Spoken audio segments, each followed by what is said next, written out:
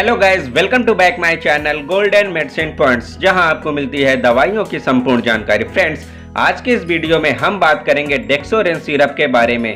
इस सिरप के उपयोग, फायदे या किन किन परिस्थितियों में दी जाती है या हमारे शरीर में किस प्रकार काम करती है, इसके एमआरपी, कंपोजिशन और साइड इफेक्ट्स के बारे में। फ्रेंड्स, आइए जानते हैं डेक्सोरेंज सिरप क्या है। तो बता दें कि डेक्सोरेंज सिरप मुख्य रूप से आयरन, विटामिन B12 और फॉलिक एसिड की कमी को पूरा करने या उसका इलाज करने के लिए उपयोग किया जाता है। फ्रेंड्स, अब जानते हैं इसके कंपोजिशन, एमआरपी और यह किस फार्मा द्वारा मैन्युफैक्चर्ड किया गया है। इसमें iron, folic acid and vitamin B12 का मिश्रण है। इसकी एमआरपी की बात करें तो इसकी एमआरपी 192 रुपए है। यह 200 ml के बाटल में आता है। फ्रेंड्स, डेक्सोरेंज सिरप विभिन्न स्थितियों की रोकथाम और उपचार के लिए उपयोग होता है, जो कुछ इस प्रकार हैं।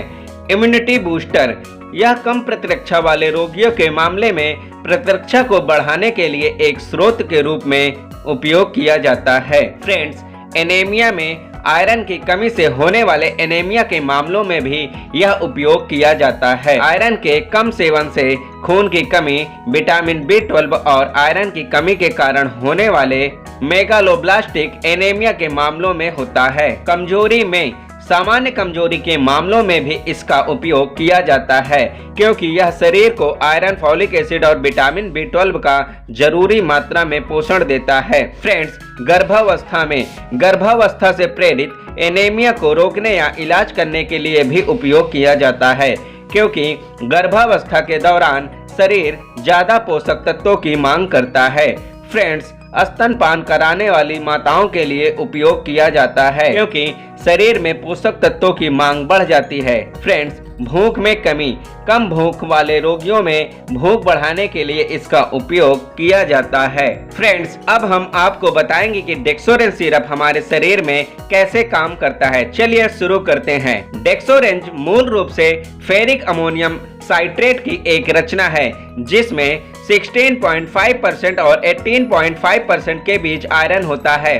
डेक्सोरेंज के अंदर के फेरिक रूप को फेरस रूप में परिवर्तित किया जाता है और फेरस रूप में ही इसे अवशोषित किया जाता है। स्वस्थ व्यक्तियों में लगभग 10% यह कम अवशोषित होता है, लेकिन आयरन की कमी वाले एनीमिया के रोगियों में खुराक का 60% अवशोषित होता है। फ्रेंड्स, डेक्सोरेंज सिरप कैसे लें? डेक्सोरेंज को केवल चिकित्सक की सलाह से दी गई खुराक के अनुसार ही लिया जाना चाहिए। इस सिरप को कितने समय तक लेना चाहिए, प्रत्येक व्यक्ति की प्रतिक्रिया के अनुसार तय की जाती है। डेक्सोरेंज सिरप को भोजन के बाद एडल्ट में 10 ml सुबह, 10 ml शाम को लेना चाहिए। यह चिकित्सक के बताए अनुसार ही लेना चाहिए। इस सिरप का अच्छा परिणाम देखने के लिए एक निश्चित समय पर इसे लेना चाहिए। डेक्सोरेंज सिरप का सेवन करने से पहले दवा की बोतल को ठीक से हिलाना चाहिए। फ्रेंड्स, डेक्सोरेंज सिरप को हमेशा तय की गई मात्रा के अनुसार ही लेना चाहिए। इसे ज्यादा लेने से कुछ गंभीर दुष्प्रभावों की संभावना बढ़ जाती है। ऐसी स्थिति में यदि कोई लक्षण दिखाई दे तो तुरंत अपने चिकित्सक से संपर्क करें।